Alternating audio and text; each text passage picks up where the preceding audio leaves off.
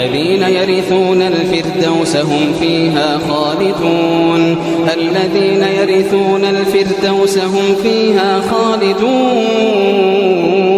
ولقد خلقنا الإنسان من سلالة من طين ثم جعلناه نطفة في قرار